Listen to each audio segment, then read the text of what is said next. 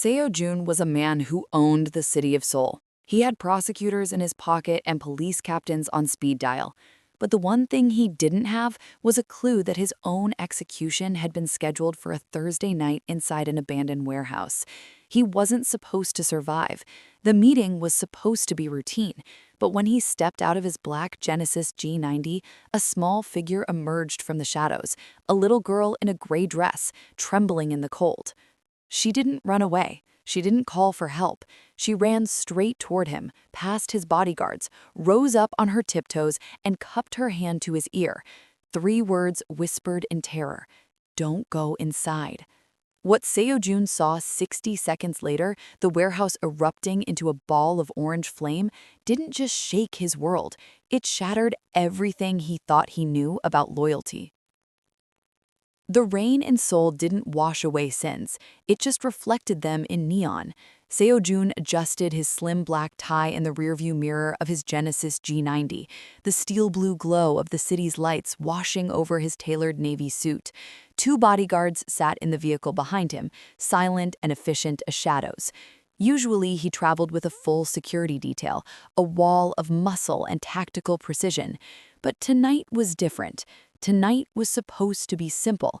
He had told his second-in-command, Min-ho, and his inner circle that the warehouse meeting would take an hour.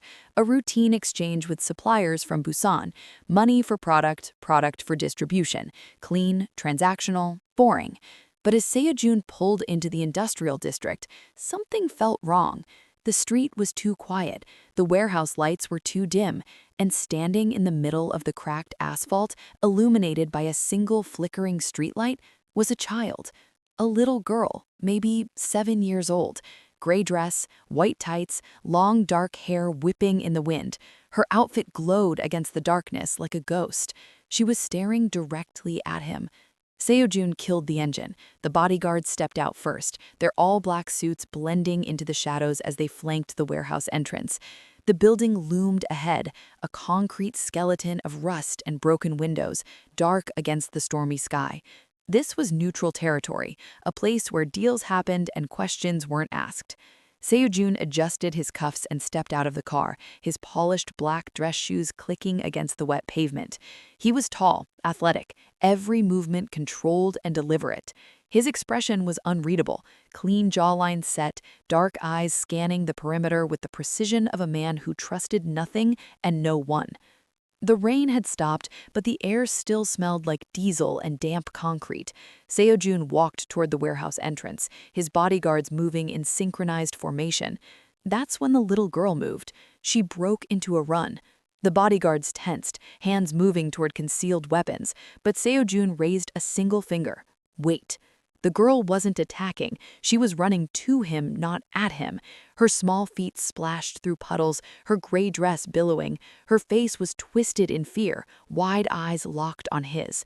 She reached him and didn't stop. She crashed into his legs, grabbing his suit jacket with small, desperate hands.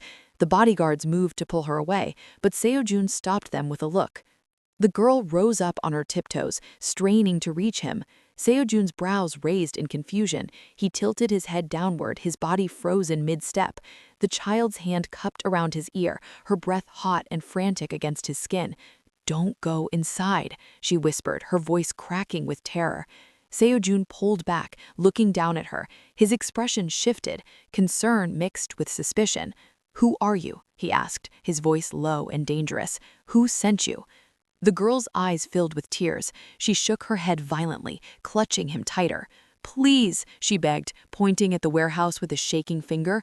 "Don't go inside. They're waiting. They're going to kill you." Seo-jun's instincts warred with his logic. This was a child. Children didn't know about warehouse meetings or assassination plots. This could be a distraction, part of the trap itself. But something in her eyes stopped him. It wasn't manipulation. It was pure, undiluted terror. He looked at his bodyguards. "Stay here," he commanded. Then he knelt down to the girl's level, his expensive suit soaking up water from the puddles. "Tell me why." "My father," she whispered, tears streaming down her face. "He said to warn the boss. He said you have to run. He said—" The explosion cut her off. The warehouse erupted in a massive fireball, a thunderous roar that shook the ground beneath them. The blast wave hit like a physical force, throwing Seo-jun backward. He instinctively wrapped his arms around the girl, turning his body to shield her as they hit the pavement. Glass and concrete rained down around them. Car alarms screamed. Fire climbed into the night sky, orange and hungry. Seo-jun's ears rang, his vision blurred, but through the chaos, he felt the small body trembling in his arms, alive, breathing, terrified. The girl who had just saved his life. 24 hours earlier, Seo-jun's name was whispered in the back rooms of Seoul like a curse you didn't want to call down on yourself. In the basement of the Golden Dragon Casino in Gangnam, a loan shark named Park was explaining to his crew why they needed to triple their collections this month. Someone asked why. Park slammed his fist on the table. Because Seo-jun said so. Do you need another reason? No one did. The conversation ended there. 3 blocks away, in a Noribong private room, 2 Yakuza representatives from Tokyo were negotiating territory boundaries with Minho, Seo-jun's second-in-command. They asked if they could speak directly to the boss. Minho smiled coldly. You don't speak to Seo-jun unless he wants to speak to you, and trust me, you don't want that meeting. At the Shilla Hotel, a prosecutor deleted 3 files from his laptop. Each file represented cases that would have brought police raids to Seo-jun's operations. The prosecutor's hands shook as he emptied his trash folder. His daughter was starting university next month. The tuition was already paid by someone who never asked for receipts. This was Seoul's underground, and Seo-jun owned every shadow in it. But on Thursday morning, Seo-jun wasn't thinking about power. He was thinking about control. Control was different. Power was what other people gave you. Control was what you took and never let go. He stood in his penthouse bathroom, buttoning his crisp white dress shirt with mechanical precision, each button lined up perfectly. He knotted his slim black tie in exactly 45 seconds, the same time it took every morning. His navy suit hung on the door, pressed and perfect, not a wrinkle, not a thread out of place. Seo-jun didn't believe in chaos. Chaos was what happened to people who didn't prepare. He checked his Patek Philippe watch, 7:47 p.m. The warehouse meeting was scheduled for 9 p.m. He would arrive at 8:59 p.m. Not early, not late, exactly on time. Time was another thing you controlled. In the living room, his 2 bodyguards waited in silence. They wore all black suits and tactical earpieces. One was former Special Forces, the other was former police SWAT. Both had killed for him. Neither had ever asked questions. That's why they were still breathing. Seo-jun walked past them without speaking. They fell into formation behind him like shadows learning to walk. The elevator descended 43 floors in silence. The only sound was the soft hum of machinery. Seo-jun liked silence. Silence meant nobody was lying to you. Outside, Seoul glittered like broken glass. The streets were slick from earlier rain, reflecting red and blue neon signs in oily puddles. The city was beautiful and rotten at the same time, just like the people in it. His Genesis G90 waited at the curb, engine already running, doors unlocked. The bodyguard's vehicle idled behind it, a black SUV with tinted windows. Everything moved like clockwork because Seo-jun had built it that way. He slid into the driver's seat and adjusted the rearview mirror. His reflection stared back at him.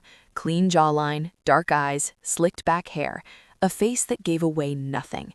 He'd trained himself not to feel. Feelings made you weak. Feelings made you trust people, and trust got you killed. Minho had called earlier to confirm the meeting. Just routine, he'd said. Busan suppliers, same as last month. Seo-jun had grunted acknowledgement and hung up. He trusted Minho as much as he trusted anyone, which meant he didn't. But Minho was efficient. He'd been with Seo-jun for 8 years. That counted for something. Or so Seo-jun thought. He pulled into traffic, the bodyguards following at exactly 3 car lengths. The warehouse was 40 minutes away in the industrial district. 40 minutes of rain-soaked streets and flickering streetlights. 40 minutes until a routine meeting. 40 minutes until a little girl in a gray dress would save his life. The industrial district looked like the end of the world. Seo-jun drove past abandoned factories with broken windows and rusted gates. Graffiti covered the walls in languages he didn't bother to read. A few homeless people huddled under highway overpasses, their fires burning in metal drums. This was the part of Seoul the tourist guides never mentioned, the part where business happened after dark. The warehouse sat at the end of a dead-end street, surrounded by empty lots and cracked pavement. A single flickering streetlight cast weak yellow light across the entrance. The building was 3 stories of concrete and steel, windows boarded up, covered in rust stains that looked like dried blood in the bad lighting. Seo-jun checked his watch, 8:54 p.m. Perfect. He pulled up 50 feet from the entrance and cut the engine. The bodyguard's SUV stopped behind him, headlights dying. The silence was heavy. No traffic noise, no voices, just wind pushing trash across the empty street. Something felt wrong. Seo-jun had survived 15 years in this business by trusting his gut. Right now, his gut was telling him to turn around, but the rational part of his brain pushed back. This was routine. Min-ho had set it up. The Busan suppliers were waiting inside. This was just another transaction. He opened the door and stepped out. That's when he saw her. A little girl stood in the middle of the street, maybe 30 feet away. She was small, maybe 7 years old, wearing a gray dress that seemed to glow under the weak streetlight. White tights, long dark hair moving in the wind. She looked like a ghost. Seo-jun froze. The bodyguards exited their vehicle, hands moving toward their weapons, but Seo-jun raised one finger. Wait. The girl wasn't holding anything. She was just standing there, staring at him with wide, terrified eyes. "Sir," one bodyguard said quietly, "could be a distraction." "I know," Seo-jun said, but he didn't move. The girl took a step forward, then another. She was shaking so hard he could see it from 20 feet away. Her small hands were clenched into fists. Tears streamed down her face. Then she ran. Not away from him, toward him. "Stop her," the second bodyguard said, moving forward. "No," Seo-jun commanded. His voice was sharp, final. The girl's feet splashed through puddles, her gray dress billowing behind her. She ran like someone was chasing her, like death itself was at her heels. Her face was twisted in terror and desperation. She reached Seo-jun and crashed into his legs, grabbing his suit jacket with both hands. She was crying so hard she could barely breathe. The bodyguards moved to pull her away, but Seo-jun waved them back. He looked down at her. She was just a child, skinny, fragile. Her hands were dirty and cold. She looked up at him with eyes that had seen something horrible. "Who are you?" Seo-jun asked. His voice was cold, controlled. The girl rose up onto her tiptoes, stretching as high as she could. She was trying to reach his ear. Seo-jun frowned, confused. Then, almost against his better judgment, he tilted his head down toward her.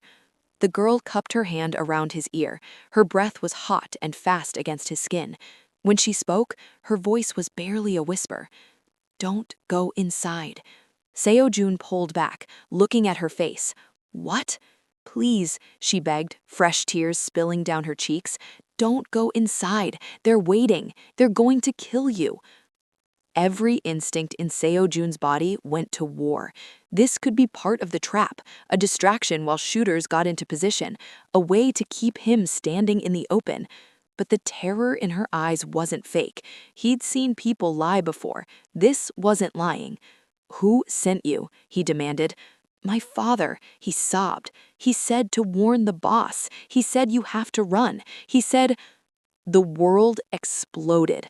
The warehouse erupted in a ball of fire so bright it turned night into day. The blast hit like a physical punch, a wall of heat and pressure that lifted Seo-jun off his feet. Time slowed down. He saw the windows blow out, saw concrete chunks flying through the air, saw his bodyguards diving for cover. Instinct took over. Seo-jun wrapped both arms around the little girl and twisted his body, turning his back to the explosion. They hit the wet pavement hard. He felt the impact in his ribs, his shoulder, his skull. Glass and debris rained down around them. Car alarms screamed. Fire roared. Then Silence. Not real silence, his ears were ringing too loud for that, but the kind of silence that comes after violence, when the world takes a breath before screaming. Seo-jun opened his eyes. Smoke everywhere, orange flames climbing into the sky. The warehouse was gone, just a burning skeleton of twisted metal and collapsing walls. He looked down. The little girl was curled against his chest, shaking but alive. Her gray dress was covered in dirt and ash. She looked up at him with those wide, terrified eyes. And Seo-jun realized two things at once. Someone just tried to kill him, and this child had saved his life. Who sent you? So-yeon's ears rang like church bells stuck on repeat. He pushed himself up from the pavement, still keeping one arm around the girl. His expensive suit was ruined, torn, wet, covered in ash and glass fragments. Blood seeped through his white shirt where something had sliced across his shoulder blade. The bodyguards were already on their feet, weapons drawn, scanning for threats. One had a cut above his eyebrow, the other was limping, but they were alive, barely. "Sir, we need to move," the first bodyguard said urgently. "Secondary attack might be coming." So-yeon nodded. He looked down at the girl still clutching his jacket. She was trembling so hard her teeth chattered. "Can you walk?" She nodded, but didn't let go. "The car, now." So-yeon stood, pulling her up with him. His Genesis was dented from debris, the windshield cracked, but the engine still ran. The bodyguard's SUV had a shattered rear window, but looked operational. So-yeon shoved the girl into the back seat and slid in beside her. "Drive," he ordered. One bodyguard took the wheel, the other jumped into the SUV. Both vehicles peeled out, tires screaming against wet asphalt. Behind them, the warehouse burned. Sirens wailed in the distance. Fire trucks, police, probably ambulances. They'd be there in minutes. So-yeon needed to be gone in seconds. He looked at the girl. She'd pressed herself against the opposite door, as far from him as possible. Her gray dress was black with soot. Ash streaked her face. She was crying silently, shoulders shaking. "Look at me," So-yeon said. His voice was hard, cold. She didn't move. "I said, look at me." Louder this time. The girl's head snapped up. Her eyes were red and swollen. She looked terrified, not of the explosion, but of him. Good. Fear kept people honest. "Who are you?" So-yeon demanded. "How did you know about that warehouse?" "My name is Nari," she whispered. Her voice was so quiet he barely heard it over the engine. "Nari what? Where are your parents? Who told you to warn me?" "My father." Fresh tears spilled down her cheeks. "He told me, before they killed him." So-yeon's blood went cold. "Who killed him?" "The men, your men. My father worked for you. He was one of them, one of the enforcers." "Name," So-yeon snapped. "What was his name?" "Jinwoo, Kim Jinwoo." So-yeon knew that name. Jinwoo was mid-level muscle, reliable, quiet. Worked under Minho's direct command for 3 years. Never caused problems, never asked questions. "Jinwoo's alive," So-yeon said. "I saw him 2 days ago." "No," Nari shook her head violently. "They're dead. They killed him last night in our apartment. I was hiding in the closet. I heard everything." "Who? Who killed him?" "I don't know their names, but they were talking about you, about the warehouse. They said you had to die tonight. They said Minho ordered it." She was sobbing now, the words tumbling out in a rush. "My father tried to stop them. He said it was wrong. He said you didn't deserve this. They shot him 3 times. He was bleeding and he couldn't breathe and he—" Her voice broke completely. So-yeon's mind raced. Minho, his second in command, the man who'd set up this meeting, the man who'd called it routine. If what this girl said is true, then Minho just tried to murder him. But why? What did Minho have to gain? Everything. The answer hit him like a second explosion. Minho would take over the entire operation, the territory, the money, the connections, all of it. "Your father," So-yeon said slowly. "Why did he send you? Why not call himself?" "They took his phone. They were watching him. He knew they'd kill him either way." Nari's hand went to her pocket. She pulled out something small and held it toward him with shaking fingers. "It's a badge, cheap metal, the kind So-yeon gave to all his enforcers for identification at checkpoints. This one had Jinwoo's ID number stamped on it, 347. But the badge wasn't silver anymore. It was dark brown, dried blood. "He gave me this," Nari whispered, "before he died. He said, "Find the boss, show him this, warn him." He said you were walking into a trap. He said I had to save you because nobody else would. So-yeon took the badge. The blood was real, still slightly sticky in the creases. Jin-woo's blood. A man had died trying to save him. A man who had every reason to stay quiet and live. Instead, he chose honor, and it cost him everything. So-yeon closed his fist around a badge, his jaw tightened. Minho, that traitor, that snake. He looked at Nari. She was still crying, still shaking. Just a little girl who'd watched her father die and then ran through the night to warn a stranger. "How old are you?" he asked, his voice softer now. 7. 7 years old, and already she'd seen more death than most adults. So-yeon pulled out his phone. Dead. The explosion had fried it. He turned to the bodyguard driving. "Give me your phone." The bodyguard handed it back without a word. So-yeon needed to make calls, find out who else was compromised, figure out how deep Minho's betrayal went. But first, he needed to keep this child alive, because if Minho killed her father for trying to warn him, he'd kill her too, just to tie up loose ends. Sejun stared at the bodyguard's phone like it was a loaded gun. Every number in his contact list was suddenly a potential enemy. Every call could be his last. "Where are we going, sir?" the driver asked. They were heading south on the highway, away from the burning warehouse, away from the sirens. "Keep driving. I'll tell you when to stop." Sejun scrolled through the phone's contacts. He needed allies, people he could trust, people who owed him their lives, not just their paychecks. First call. Daejun, his financial manager, the man who handled the money laundering and offshore accounts. Sejun had saved his brother from a murder charge 3 years ago. That kind of debt didn't disappear. The phone rang 4 times, then voicemail. Sejun tried again, voicemail again. His chest tightened.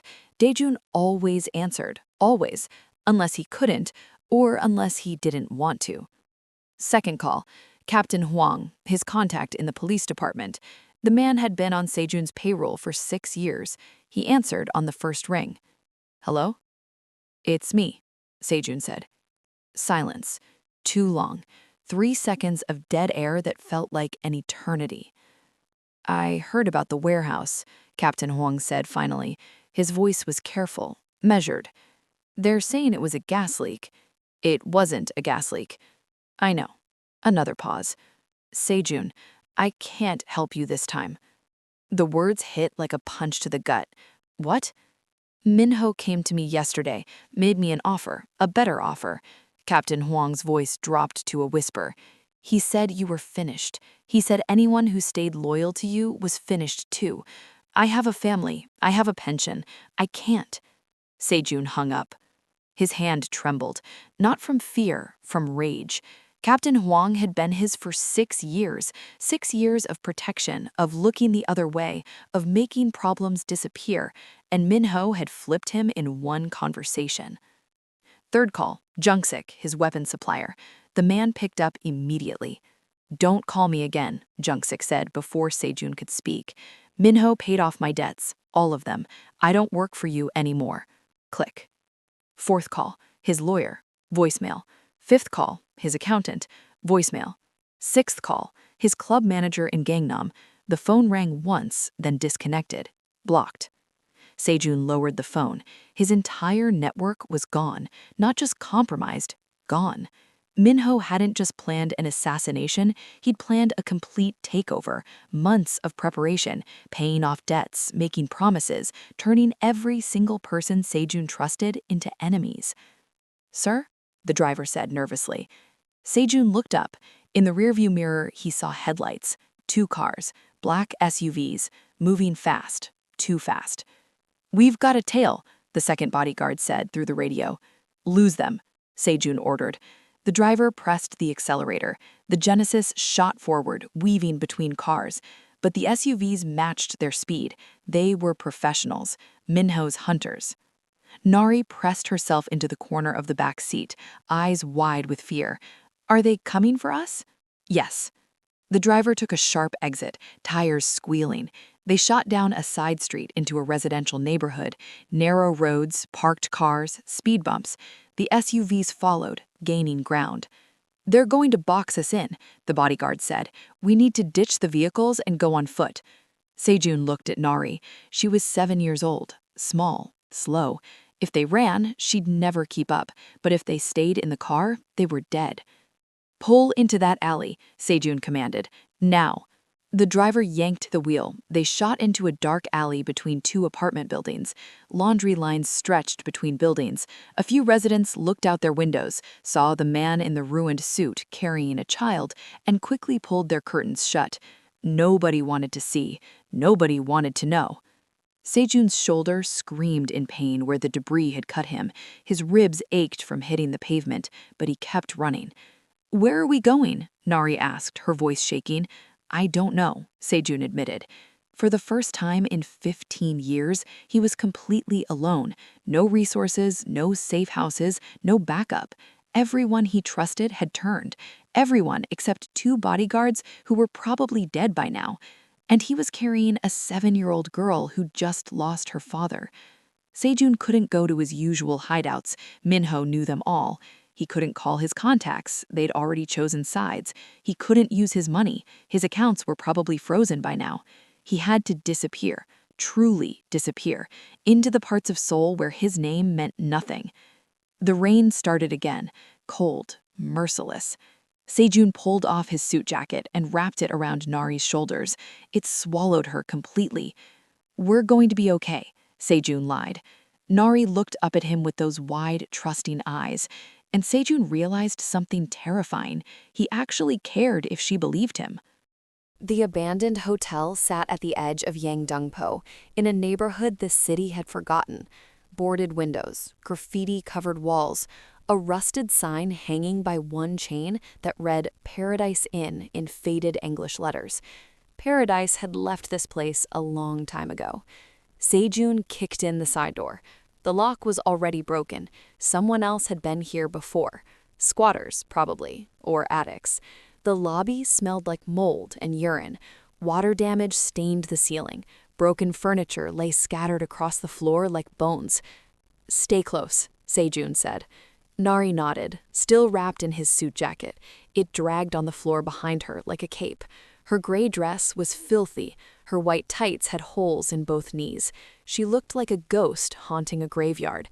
They climbed the stairs to the 3rd floor. Sejun checked each room until he found one with a door that's still locked. Room 307. The window was cracked but not shattered. A mattress lay on the floor, stained and torn, but better than concrete. This would do, for now. He locked the door and wedged a broken chair under the handle. Then he checked his borrowed phone. Still no signal here. Good. Harder to track. Sejun turned around. Nari stood in the center of the room, shaking. Not from cold, from shock. Her eyes were unfocused, staring at nothing. "Sit," Sejun said, pointing at the mattress. She didn't move. "Sit down." Nari flinched. Then slowly, carefully, she lowered herself onto the edge of the mattress. She kept her eyes on the floor, her hands twisted together in her lap. Sejun leaned against the wall, wincing as pain shot through his shoulder. The cut on his back had stopped bleeding, but his shirt was stuck to the wound. Every breath hurt, probably cracked a rib too. He studied the girl. She was so small, fragile, like a bird with broken wings. How had she even made it to that warehouse alive? How had she found him? "Are you hungry?" No response. "Nari, are you hungry?" She nodded slightly, still wouldn't look at him. Sejun pushed off the wall and went to the door. "Stay here. Don't open this for anyone, not unless they say, 'Jin Woo sent me.' Understand?" Her head snapped up. "You're leaving?" "Just for 10 minutes. I need to get food." "No," panic flooded her voice. "Don't leave me here, please. I'll come back." "That's what my father said." Tears filled her eyes again. "He said he'd come back. He didn't." The words hit harder than they should have. Sejun froze, hand on the doorknob. He'd made plenty of people cry in his life, tortured confessions out of them, watched them beg. It had never bothered him before. But this was different. She wasn't afraid of what he might do. She was afraid of being abandoned, again. "I'll come back," Sejun said quietly. "I promise." He left before she could argue. The street was dark and empty. A few blocks away, he found a 24-hour convenience store with flickering neon lights. The clerk was half asleep behind bulletproof glass. Sejun bought 2 triangle kimbap, a bottle of water, a chocolate bar, and a cheap hoodie from the clearance rack. 12 minutes later, he was back at room 307.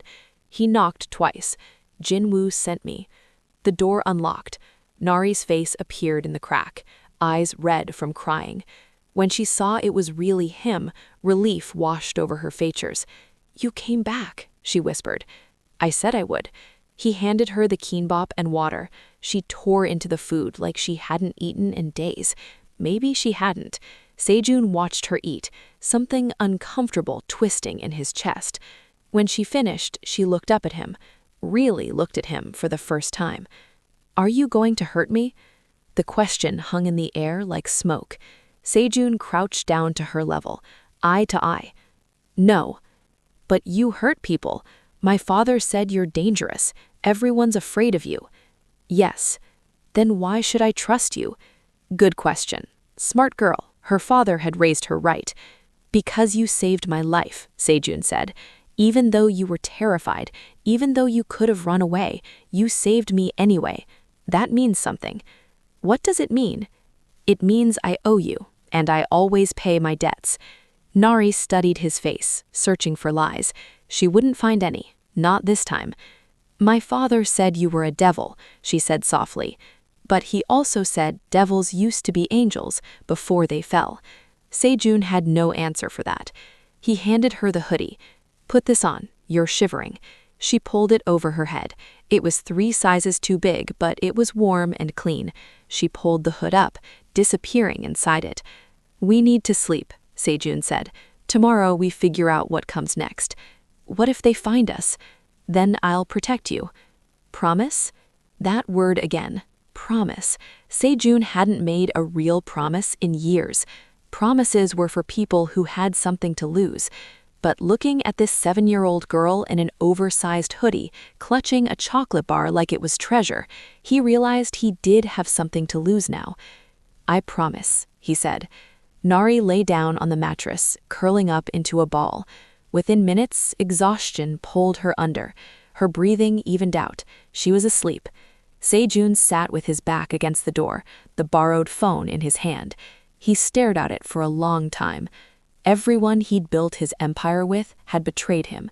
Everyone except 2 bodyguards who died buying him time to escape, and a little girl who'd risked everything to warn a stranger.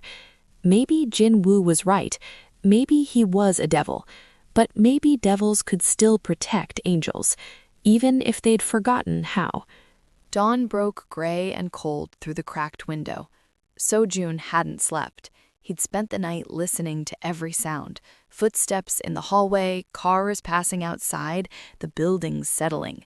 Every noise could be death coming through the door. Nari was still asleep, curled up under his suit jacket like a blanket. Her face looked peaceful for the first time since he'd met her. Innocent, the way 7-year-olds were supposed to look. Sojun stood and stretched, biting back a groan as his injuries protested. His shoulder throbbed, his ribs ached, but pain meant he was alive. He'd take it. He needed information. Minho wouldn't stop hunting until Sojun was dead. But to fight back, he needed to know what he was fighting against. How deep did this betrayal go? Who was backing Minho? Why now?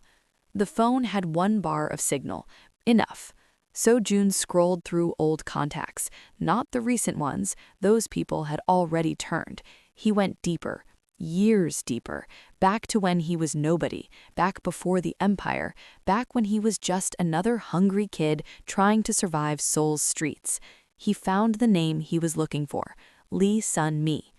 15 years ago, Sojun had saved her brother from loan sharks who were going to cut off his fingers. He'd paid the debt himself, money he didn't have, borrowed from people he shouldn't have. It had nearly destroyed him, but Sun-mi never forgot. She'd offered to repay him 100 times. He'd always refused. Maybe it was time to collect. He dialed. It rang 6 times. He was about to hang up when a woman's voice answered, cautious. "Who is this?" It's Sojun. Silence. Then, I heard you were dead. Not yet. Minho's people are saying you got killed in that warehouse explosion. They're having a memorial service tomorrow. Very touching. How generous of them. Sojun, Sunmi's voice dropped. Everyone thinks you're gone. Minho's already taken over. He's meeting with all the families today, making deals, promising territory. What kind of deals? The kind where he gives away everything you built. Paper rustled on her end. I've been listening, carefully. Minho made an alliance with the Yamamoto Syndicate, the Japanese Yakuza. He's promised them half of Seoul's territory in exchange for their support. Sojun's blood turned to ice. The Yamamoto Syndicate was one of the most powerful Yakuza families in Asia. If they backed Minho, it wasn't just a coup, it was an invasion. Why would they help him? Sojun asked. Because you've been blocking their expansion into Korea for 5 years. With you gone, they get everything they wanted. Minho gets to be the puppet king. Everyone wins. She paused. Except you. Minho planned this months ago. Longer. I heard rumors a year ago. Small things. Minho meeting with people he shouldn't. Money moving in weird directions. I thought he was skimming. I didn't realize he was building an army. So it wasn't personal. It wasn't about revenge or honor or old grudges. It was just business. Minho saw an opportunity and taken it. Cold, strategic, smart. That made it worse somehow. I need information, Sojun said. About one of my men, Kim Jin-woo, worked under Minho's unit. He was killed 2 nights ago. Hold on. Keys clicked on a keyboard. Sunmi ran an information brokerage out of a cafe in Itaewon. She knew everything about everyone. Jin-woo, age 34, enforcer, mid-level, clean record, no complaints, joined your organization 7 years ago. More clicking. Oh, this is interesting. What? His wife died 6 years ago. Breast cancer. Medical bills bankrupted him. He joined your crew to pay off the debt. Sunmi's voice softened. He had a daughter, 7 years old. After his wife died, he stayed in the business to support her. Private school tuition, apartment rent, food, everything went to the kid. Sojun looked at Nari sleeping on the mattress. Jin-woo had done terrible things. Violence, extortion, probably worse, all to keep his daughter safe, all to give her a better life than he'd had. He was a good father, Sunmi continued. Everyone said so, never talked about the work at home, kept her innocent, protected her from what he really was. Just like his own father had, 25 years ago. The memory hit like a freight train. His father working 3 jobs, coming home bloody sometimes, never explaining why, putting food on the table, paying for school, dying young from exhaustion and stress, leaving Sojun alone at 16 with nothing but debts and enemies. Sojun had joined a gang to survive, clawed his way up, built an empire on the backs of broken men, became the thing his father had worked himself to death trying to avoid. He'd forgotten that, forgotten where he came from, forgotten why his father did what he did. Jin-woo had remembered. Even at the end, facing death, he'd thought of his daughter first, sent her to save a monster, because monsters were still better than letting innocent people die. Sojun, Sunmi's voice pulled him back. Are you still there? Yeah. What are you going to do? Good question. He was alone, hunted, protecting a child he barely knew. His empire was gone. His people had turned. Minho had won. But Sojun hadn't survived 15 years by giving up. I'm going to remind Minho why people were afraid of me, and I'm going to burn his alliance to the ground. You'll need help. I know. That's why I called you. Sunmi laughed. It wasn't a happy sound. You want to collect that debt now, after 15 years? Yes. What do you need? Everything. Sunmi came through. By noon, she'd sent supplies to a dead-drop location. Cash, 2 burner phones, a first aid kit, and a Glock 19 with 2 magazines. She also sent intelligence. Minho's forces were sweeping the city systematically, block by block, checking every hotel, every safe house, every place Se-jun might hide. They were getting closer.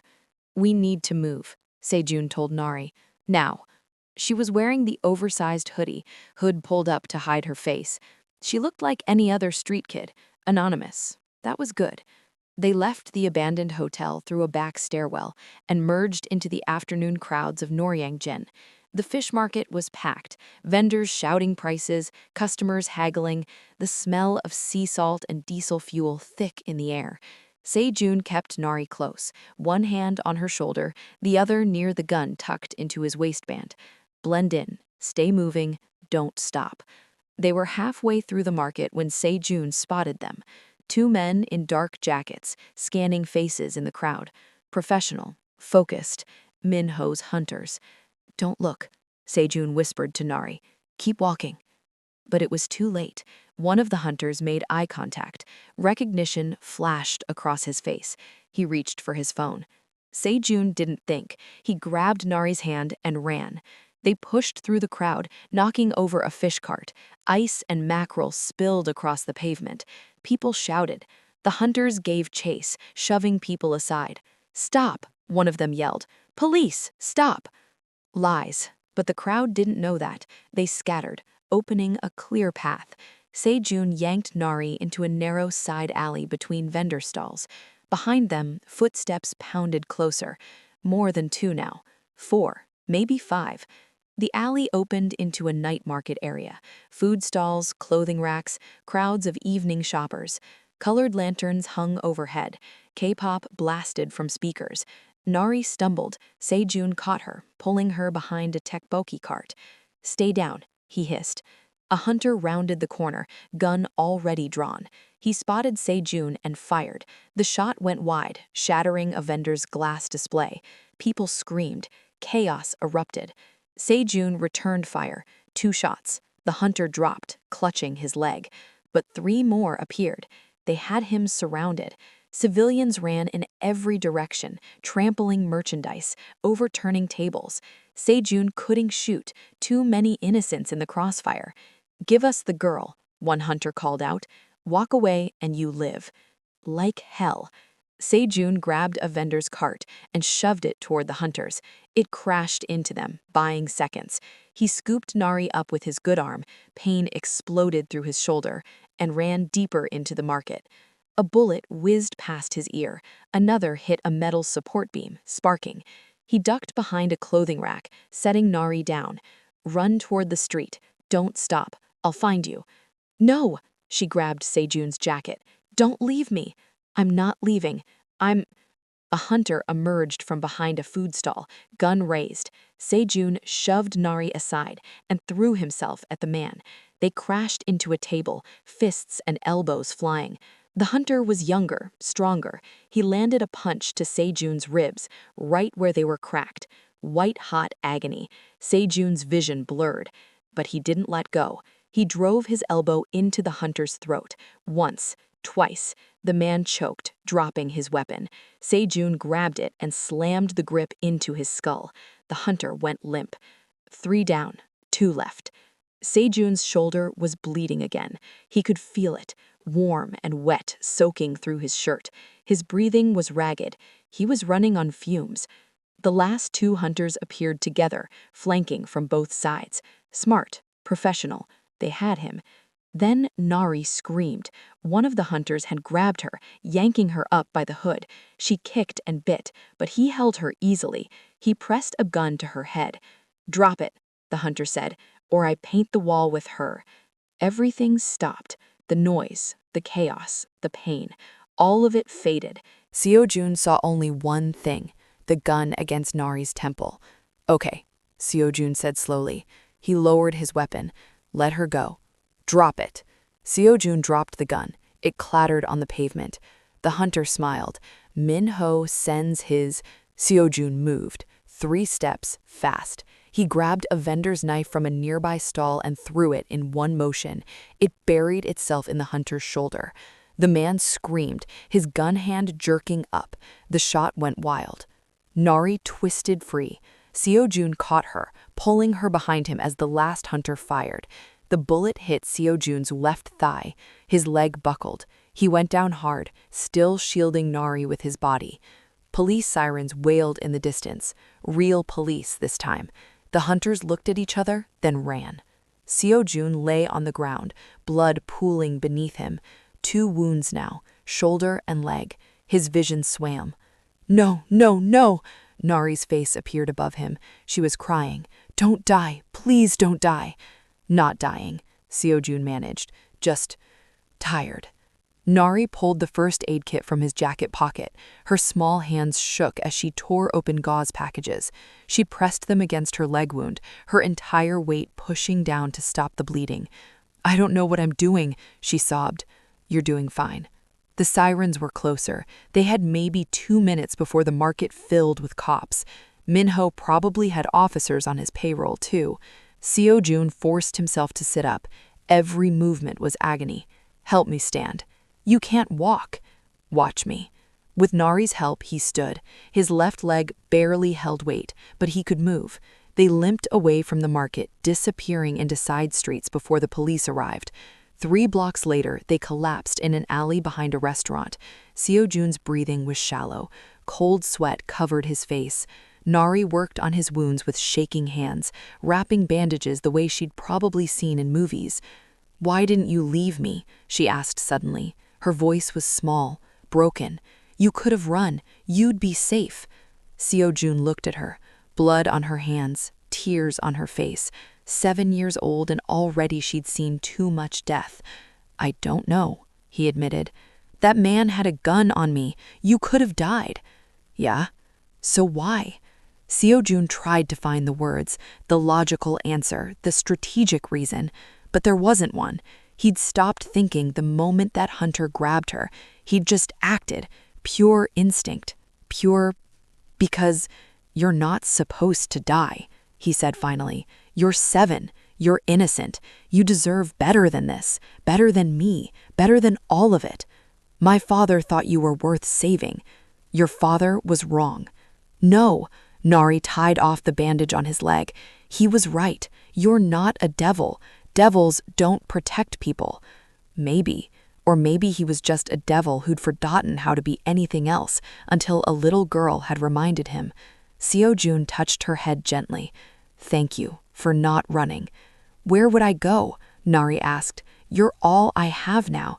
The words cracked something inside him, something he'd kept frozen for 15 years, and for the first time since he'd built his empire, Seo-jun felt something besides rage. He felt responsible for someone other than himself, and it terrified him more than any bullet ever could. Sun Mi's second safe house was supposed to be secure, a small apartment in Mapo, 4th floor, paid for under a dead man's name. Nobody knew about it. Nobody except Sun Mi, and apparently someone else. Seo-jun realized his mistake the moment he opened the door. The apartment was too quiet, too still, the kind of silence that came before violence. Nari, stay back. The lights blazed on. 6 men in tactical gear surrounded them, weapons trained. Minho stood in the center of the room, hands in his pockets, smiling like he'd just won a game of chess. Hello, boss. Or should I say, former boss. Seo-jun's hand moved toward his gun. 3 red laser dots appeared on his chest. I wouldn't, Seo-jun suggested. We both know how this ends if you try.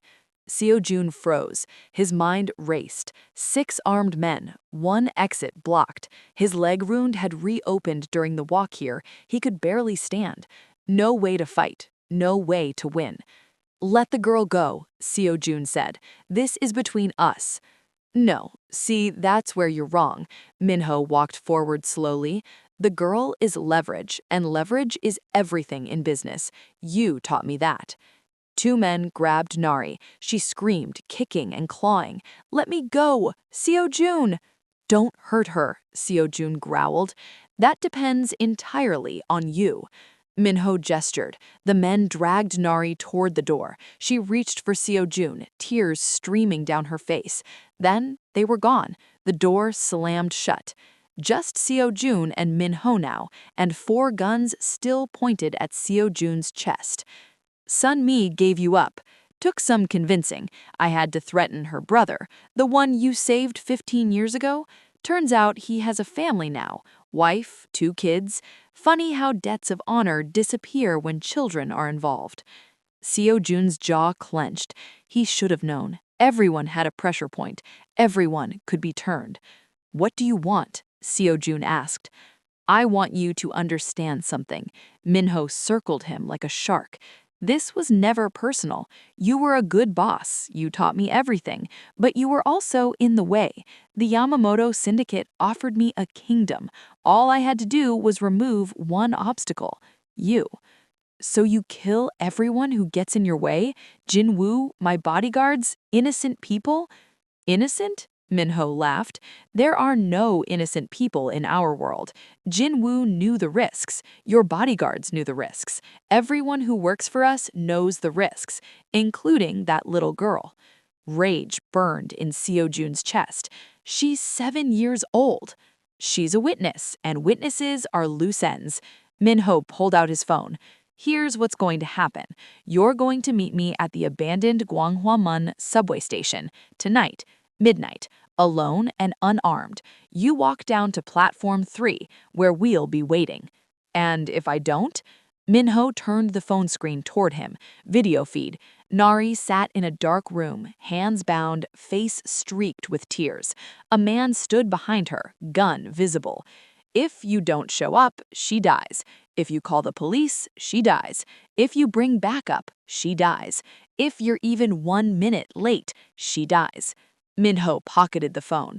But I think you'll come, because despite everything you are, despite all the people you've hurt, you've gone soft for this kid. It's pathetic, really. It's a trap, Seo-jun said. You'll kill us both. Obviously, but you'll still come. Want to know why? Min-ho leaned in close. Because if you don't, you'll have to live with the fact that you let a 7-year-old die to save your own skin. And that would make you exactly the monster everyone already thinks you are. The men backed toward the door, weapons still trained on Seo-jun. Midnight, Min-ho repeated. Don't be late. I'd hate for little Nari to suffer because you couldn't tell time. They left, the door locked from the outside. Seo-jun was trapped. He kicked the door, once, twice. Pain shot through his wounded leg, but he didn't care. He punched the wall, leaving a dent and bloodied knuckles. They had Nari, and Min-ho was right. It was an obvious trap. The subway station was closed for renovations. Underground, isolated, perfect place for an execution. Min-ho would have dozens of men waiting. Seo-jun would walk in alone and never walk out. But what choice did he have? He could run, disappear, start over somewhere else.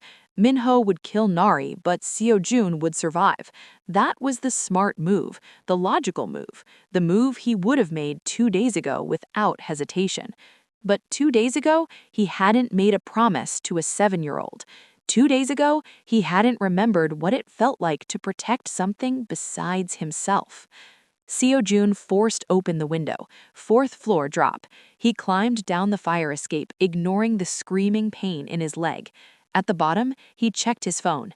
9:47 p.m., 2 hours and 13 minutes until midnight. He found a public bathroom in a nearby subway station. In the mirror, he looked like a corpse, pale, covered in dried blood. His suit was torn and filthy. His shoulder was bleeding through the bandage. His leg barely worked. He washed his face with cold water, combed his hair back with wet fingers, adjusted his torn tie, straightened his jacket as best he could. If he was walking to his execution, he'd do it looking like the man he used to be, the man who owned Seoul, the man everyone feared.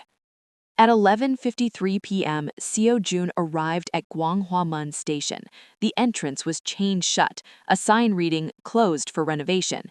He broke the chain with a pipe he'd found on the street.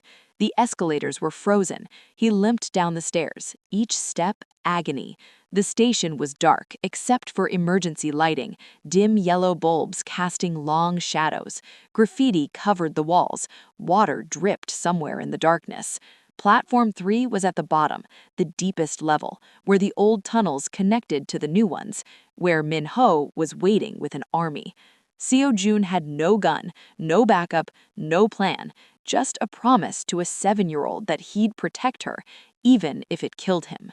He descended into the darkness, his footsteps echoing like a funeral march. Behind him, the last light of the world disappeared. Ahead, only shadows waited. Platform 3 was a graveyard of concrete and steel. Fluorescent tubes flickered overhead, casting everything in sick green light. Water pooled on the cracked tiles. The air smelled like rust and decay. Min-ho stood at the center of the platform, surrounded by 20 armed men. They formed a semicircle, blocking every exit. Tactical gear, automatic weapons, professional killers. And in front of Min-ho, hands bound, was Nari. She saw Seo-jun and her eyes went wide. "No, it's a trap! Run!" "Silence her," Min-ho said. One of his men clamped a hand over Nari's mouth. She struggled but couldn't break free. Seo-jun limped forward, each step deliberate. His legs screamed, his shoulder throbbed, but he kept his back straight, his head high. He looked Min-ho in the eye. "I'm here. Let her go." Min-ho laughed. It echoed off the tunnel walls like breaking glass. "You actually came, alone, unarmed, for a child you barely know?"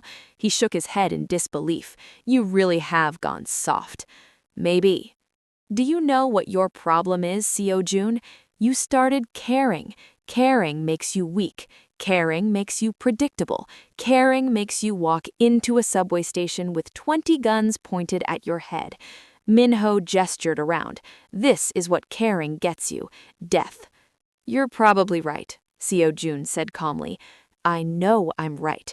You taught me to be ruthless. Never trust anyone, never show mercy, never let emotions cloud judgment. But then you broke your own rules for a little girl." Min-ho pulled out his gun. It's almost sad, the great Seo-jun brought down by sentimentality. "You forgot something I taught you," Seo-jun said. "What's that?" "Always have a backup plan." Min-ho found. "What are you—" Gunfire erupted from the tunnel entrances, both ends. Screams, chaos. Min-ho's men spun around, trying to identify the threat. From the darkness, figures emerged wearing red armbands. The Kwon faction. 24 of them, weapons blazing. They'd been hiding in the maintenance tunnels, waiting. "No!" Min-ho breathed. "How did you—" "Sun-mi wasn't the only ghost from my past," Seo-jun said. "I called in every debt I had. The Kwon faction hates the Yakuza more than they ever hated me. You trying to sell Seoul to the Japanese, that made you their enemy. Not mine, theirs." The platform became a war zone. Bullets ricocheted off concrete. Men fell. Blood sprayed. Min-ho's forces were caught in a crossfire. Professional killers dying like amateurs. Seo-jun didn't wait. He launched himself forward, ignoring the pain. 3 steps. 5. He tackled the man holding Nari. They crashed to the ground. Seo-jun drove his elbow into the man's throat. Once. Twice. The man went limp. "Run!" Seo-jun yelled at Nari. But Min-ho was faster. He grabbed Nari by the hair, yanking her up. He pressed his gun against her temple. "Stop! Everyone stop, or the girl dies!" The Kwon soldiers looked at their leader, a scarred man in his 50s named Kwon Dae-shin. He nodded, weapons lowered. Slightly. "Smart," Min-ho said. "Now, Seo-jun, here's what's going to happen. I'm walking out of here with the girl. You're going to let me, because if you don't—" Nari bit down, hard, on Min-ho's wrist. Min-ho screamed, his gun hand jerking up. The weapon went off. The shot hit the ceiling. Nari twisted free, dropping to the ground. Seo-jun moved. He closed the distance in 2 steps, grabbed Min-ho's gun hand and twisted. Bones cracked. Min-ho's weapon clattered to the ground. Seo-jun swept his leg, and Min-ho crashed onto his back.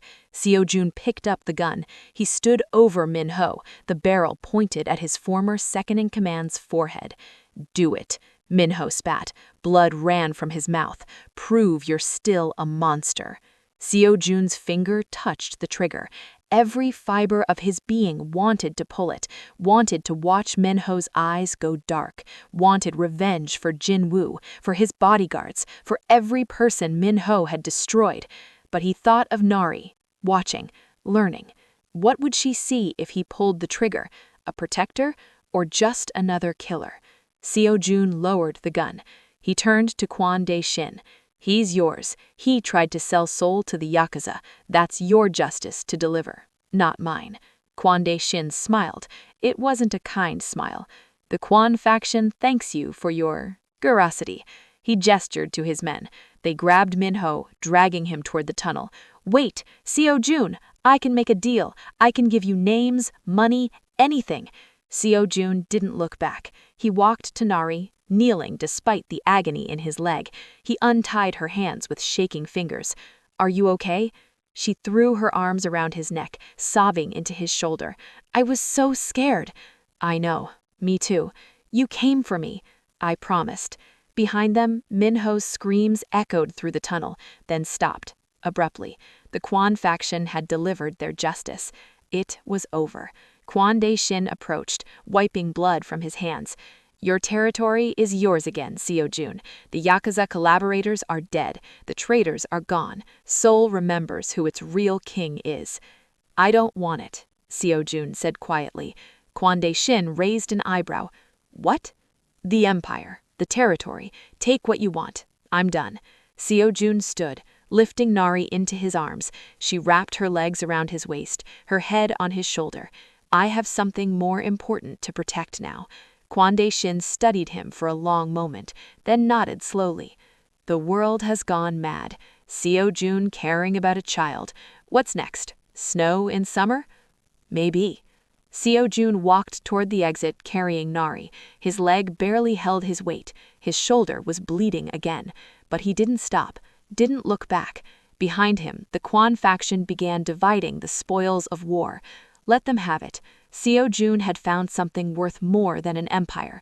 He'd found redemption in the arms of a 7-year-old girl who'd reminded him that monsters could still choose to be human.